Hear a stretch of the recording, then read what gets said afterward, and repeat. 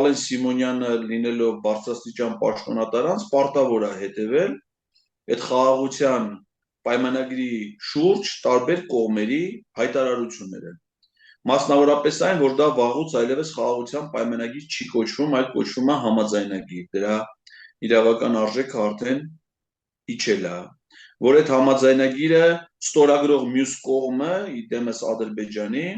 ամենաբարձր մակարդակում, ով որ պետք է իբր ստորագրի այդ համաձայնագիրը, առաջակաշեն նախապայմաններ, որոնց միայն կատարման փաստի առկայության դեպքում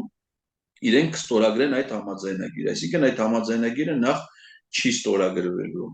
Ալեն Սիմոնյանը եթե տգետ չլներ, կիմանար, որ առևտուրը պետությունների միջև կատարվում է ոչ թե ժամանակով, ինչ-որ պայմանագիր ստորագրելուց 5 րոպե հետո, այլ միջպետական հարաբերությունների կարգավորման, ազատ առևտրի համաձայնագրերի եւ այլնի պարագայում, որովհետեւ առևտուր կարող է լինել, եթե պետություններ ունեն մաքսային համաձայնագրեր, եթե ունեն ազատ առևտրի համաձայնագրեր, եթե ունեն ավելացված արժեքի հարկի ըստ հաշվառման վայրի կամ ըստ առաջացման վայրի վերաբերյալ կամ ըստ գանձման վայրի տարբեր համաձայնագրեր,